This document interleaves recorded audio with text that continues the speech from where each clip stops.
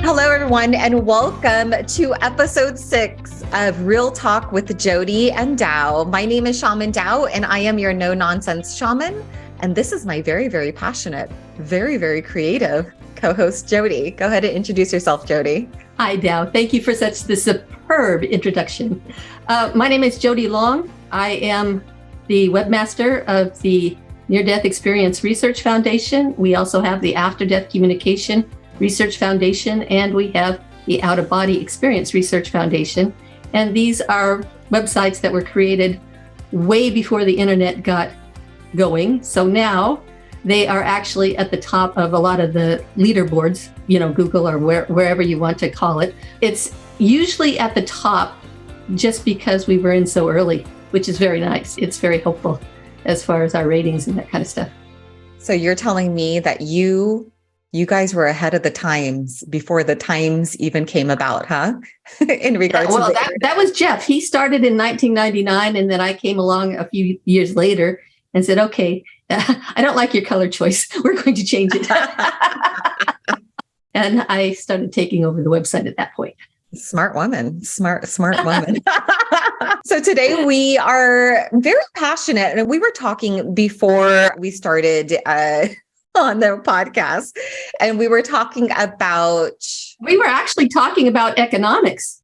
And yeah. I think one of the reasons I was so worked up is because when we were talking about, we were going to do beginnings and endings, or endings and beginnings. And Dao was talking about how she wanted to also incorporate cause and effect. And I was thinking, one of the biggest cause and effects on my brain, and it should be on everybody's brain, it shouldn't be whether it's Republican or if it's Democrat. It actually should be, can you eat and put food on your table? These are the solid things that most people want to know about. And these are the things that should consume everybody's viewpoint.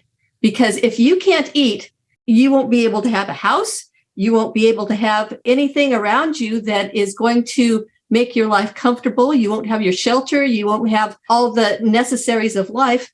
And you're going to scurry around like a little hamster in one of those little wheelie gigs.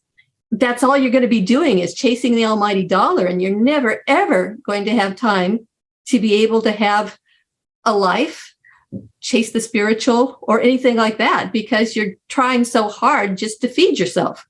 And so, yes, I got a little bit disturbed. I heard about a $1.7 trillion. It was just so frustrating to hear that. I'm like going, so how much did you pass before? And what kind of a bill was that? How much even before that? And how much was that? And you start adding trillions, the human brain kind of stops at 1 million. I mean, a lot of times we can visualize sort of what 1 million is, but when you start getting up into hundreds of millions, and then you start getting up into 1 trillion, the brain does not compute what exactly that is. It's not like a piece of paper and then you have a big stack here. It's not like that. It's like you have a piece of paper here and your whole room is filled with dollars, or pieces of paper. And so in my mind, number one, I don't think most people can compute that. And number two, these idiots who are passing all these spending bills. Okay, let me give you an idea. In the United States, every time they pass this 4,500 page bill that nobody has read all of it, they might have read 1 or 2 pages, but they just pass it along a party line. That is taxation without representation, and it aggravates me like crazy. I mean, think about it. How many people, every time they pass a bill like that, most people are going to be paying every person in a family $1,000. Now, if you had $1,000 in your pocket, you said, okay, I've got $1,000. What am I going to do with it? Are you going to say, oh, I think Congress deserves it, so they can send it to Ukraine, or they can send it to Timbuktu, and they can finance this green energy thing in a different country, all the things they want to do about it, but it doesn't have anything to do with Americans and putting food in Americans' mouth. Basically, what it has to do with is making sure that we are under control. They want to tell us what to eat, what to buy, what to spend, how to exercise, when to exercise, regulate your sleep patterns. I mean, they want to do all these things via computer and a social credit score, right? And I'm just like going, this is crazy. This is America. We are supposed to have a voice. And you were talking to a friend, and you mentioned that this was fairly representative of what you've been seeing. If you want to go over that, because that's what part of this cause and effect thing that we were talking about. Yeah, I was talking to someone recently, a couple of days ago, and we were talking about mountains in essence of issues that the US we have currently. And this person was talking about how doing something, one person's vote or one person's voice wouldn't do anything or change anything because the system has been in place for so long. These systems that are completely broken have been in the power for so long, that has controlled us for so long.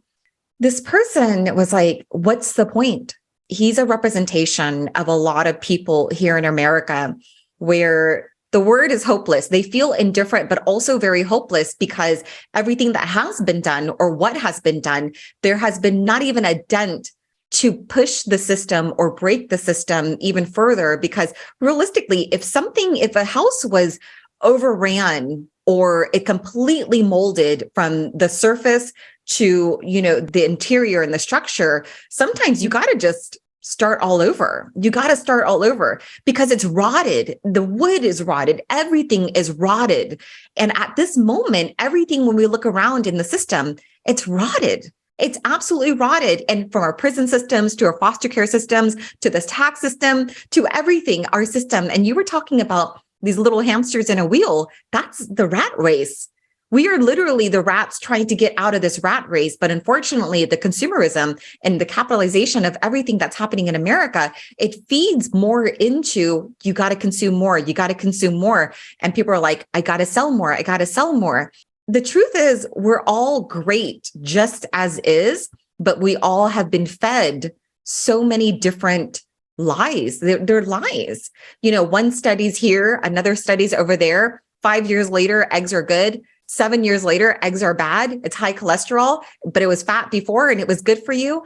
And via the media and the pockets and the powers at play, that's a control factor as us as rats sitting here in this maze, in the hamster wheel, trying to run around and see, okay, are we getting anywhere yet? But unfortunately, the wheel just keeps on going around and around, only until you jump off the wheel and say, I want to exit. Basically, when people say, I want to exit the matrix and stuff like that and get out of the rat race, this is what they're talking about.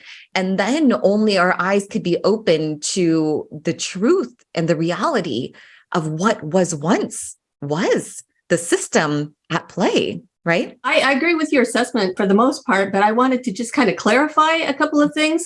I think capitalism is not a dirty word.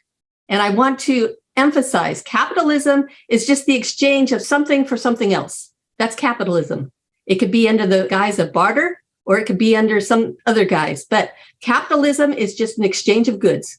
Okay? Consumerism. It's consumerism. Yes. But the consumerism. Now, I have been against that for a very long time. And I'll tell you why. Because they get these little kids in front of a TV or in front of a screen, and then they bombard them with toys. You must have this. You must have this. You must look this way to get attention. You must do this. You must do that. And they are totally bombarded by all these screens that they don't develop their own self-worth. And they think that that is how you're supposed to act. I have a real big problem with businesses that do that. On the other hand, I would say that you could take and you could change a business, big business, and distinguish it from a small business. Because a small business, that's how they put food on their table. And they're not having these mega huge budgets for advertising. They're just trying to get their word out and trying to make money to be able to survive and eat. They deserve to be able to do that. Now, the big corporations, yeah, I have a big problem with that because the big corporations seem to think that it's not good enough to be big. You've got to be political, or you've got to invest in these ESG things, which is the environment, the social justice stuff, and the government. And when you get all of those together, you're looking at fascism, where the government and big business are married and they tell people what to do and how to do it. it's no longer a republic.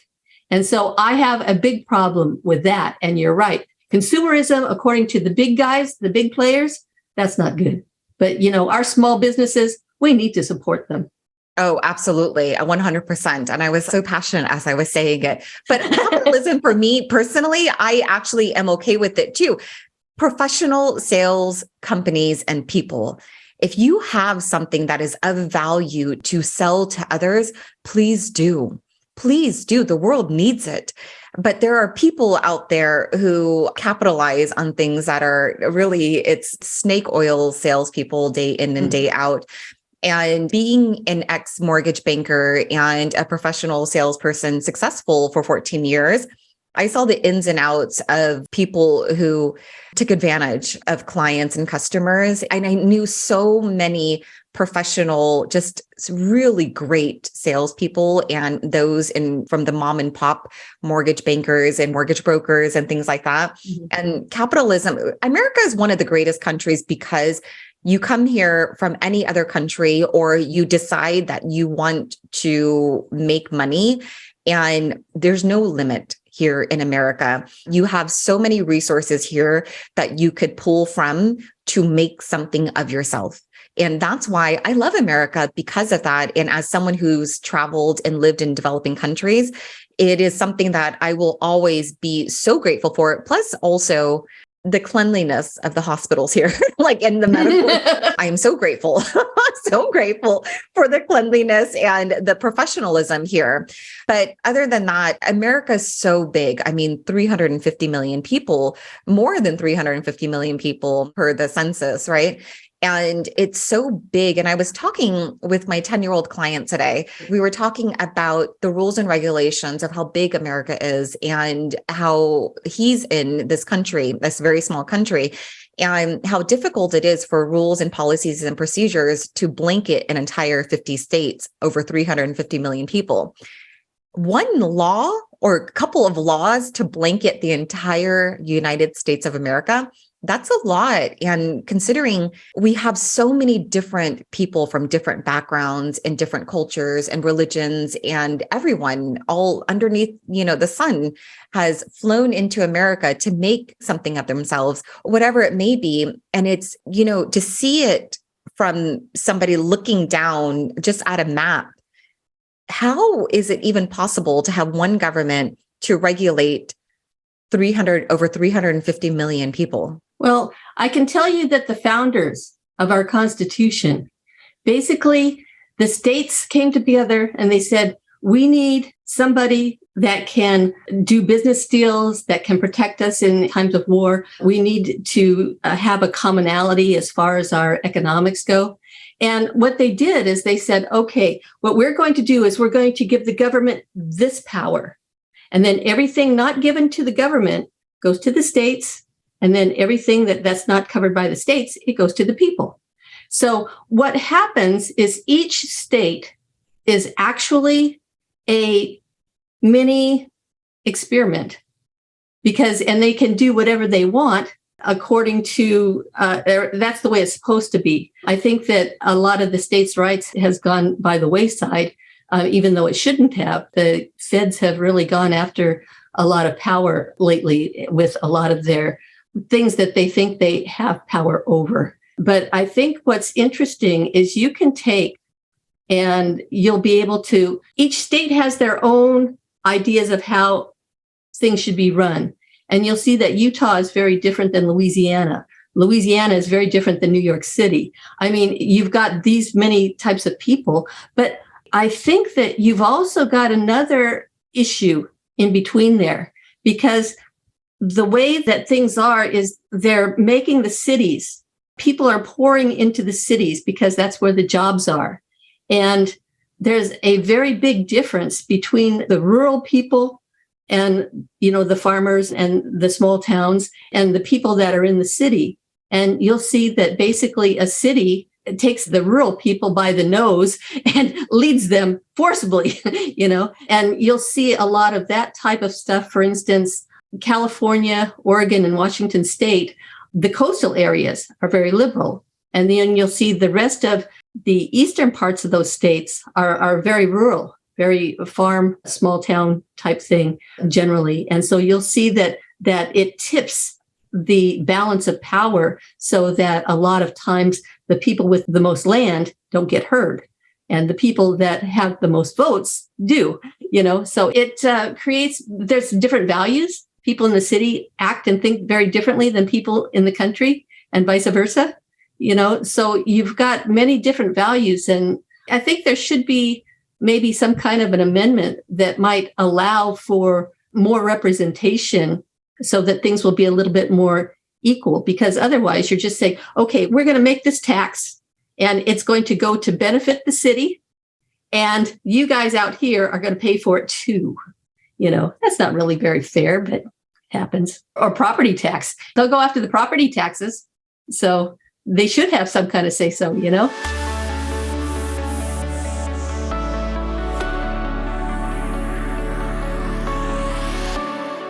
Besides voting, what can just a person do to begin enacting some type of change, something that they feel that they're passionate about and they want something changed within the system? Actually, that's a very good question, because you will notice throughout history, if you look at the rise and fall of Rome, you look at the rise and fall of all these different places, Alexander the Great, you see many things happening because a lot of times these cities, they get very corrupt and they get very greedy with taxes. And people are saying, look, we can't even feed ourselves. Why are we giving you all this money and you're not doing anything for us?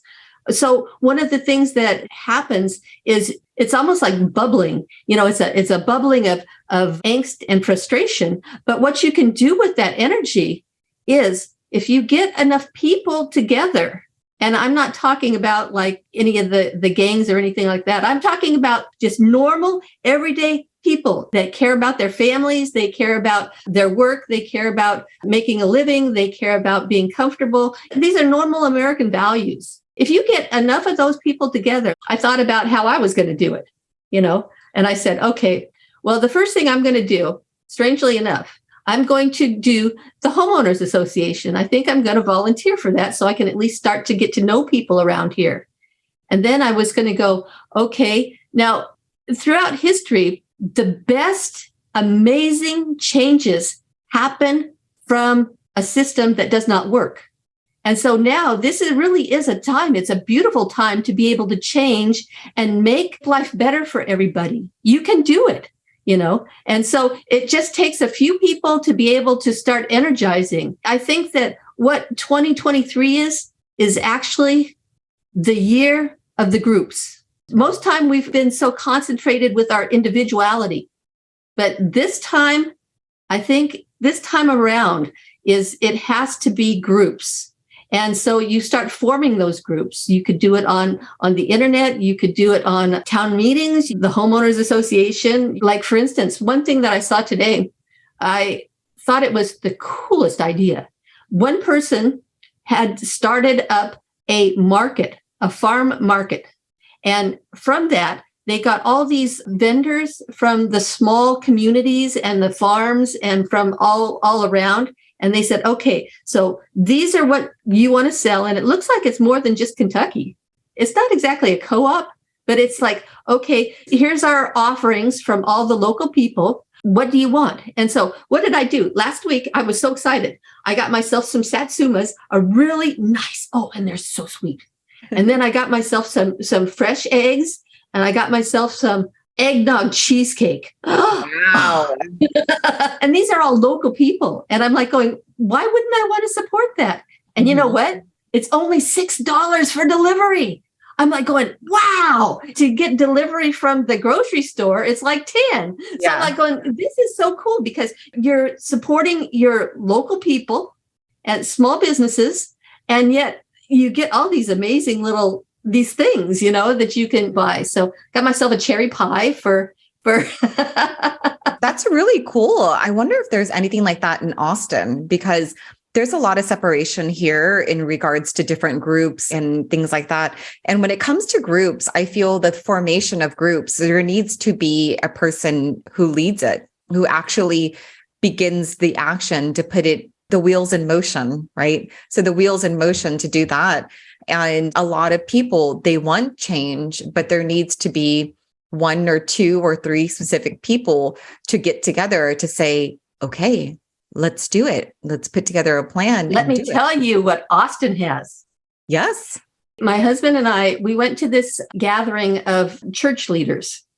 And it was a Christian church. I don't know if you're familiar with John Burke. He wrote a near-death experience book, but he wrote Imagine Heaven.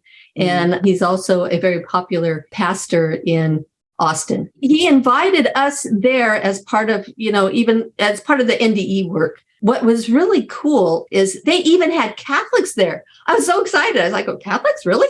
But they got all these people from all these different communities and churches. So you've already got a framework, and it was called Christ Together.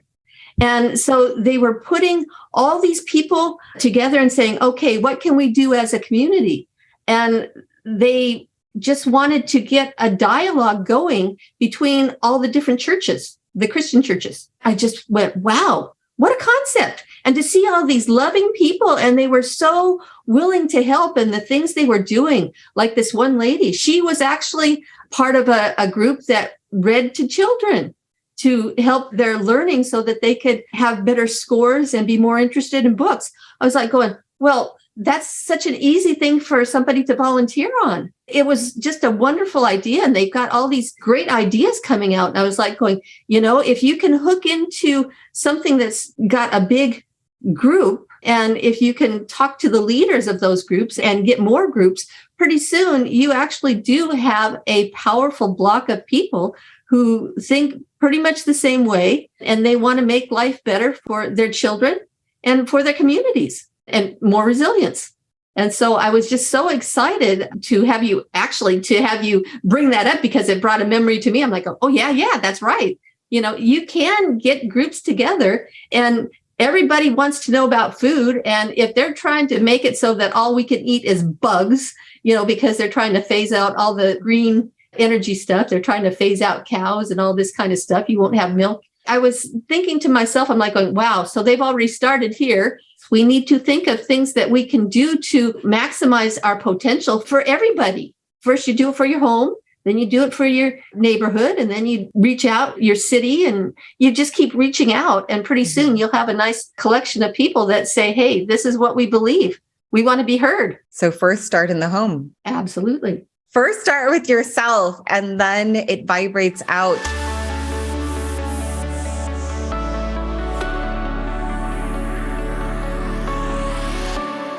Did you hear about what's happening with the children medicine out now in the news of what's happening? They have limited the purchasing of children's Tylenol and other children's medicine. And there's none on really the shelves. You can't really find children's medicine in regards to Tylenol and ibuprofen, things like that, in the drugstores. Whose idea was that? Was that a natural evolution or what? Probably not a natural evolution, but it's across the states right now that's happening. But you saw that the baby food, yes, that baby food's getting hard to get. I'm like going, if you can't even feed our children, what kind of a society are you? And especially in a developed country. Makes you wonder, doesn't it? It's a wonder that, right now we live in really strange times. It's a weird time for everyone. It's a collective weird time for everything. You can look outside, you could turn on the TV. It's so weird for everybody. And now more than ever, grouping together, feeling the call to come together and make a group and say, you know what, we can do this together. There's a quote from the Bible. It talks about a cord. One cord you could break, 2 cords tethered together, you can bind it together. It's not so easy to break, but 3 cords binded together, you can't pull apart. So, you do it alone, you can go far, but you do it together, you can go further. And the separation of humanity being pulled left and right through all the conditioning, majority of us are seeing through the veil now in regards to what has been taught to us. And we're waking up. A lot of people are waking up to we can do this all together. And the more power that we have and we know that lies within us, group that together with those around you, just like you said, with similar values, and be a nice, hefty chunk of community, people who strive for the better good, for a bigger mission, for purpose, right, Jody? Mm-hmm. For purpose. There you go. I read something by Madame Blavatsky. What she did was she went to like Shambhala, a mythical place where the adepts learn and teach from there. And what they were talking about was that the way that people are supposed to use their energy is they're supposed to use their brain as a way to rationalize what's happening around them. But you always check in with your heart to be able to make sure that it's correct and you can internalize it through your heart. And so this week, I've been working on trying to open my heart chakra and say, okay, open up. Let's see. Does this make sense? What do I feel more guided to do? How do I make this work? Because I never actually said, okay, brain, let's work with the heart. Never actually did that. But it's an interesting way of learning the world. Jody, I did exactly the same thing 4 days ago. I was sitting there and I had some decisions that I needed to be made. And I was like, should I do this or should I do that? And I was using my reasoning mind, right? And usually I am guided, but because there was so many things happening in my life, I was sitting there and I was like, do I do this or do that? And then the response was, ask your heart. And I said, what your heart feels led to. And so I sat there and I said, okay, heart, which one? And my heart told me and showed me by the feeling aspect to the answer.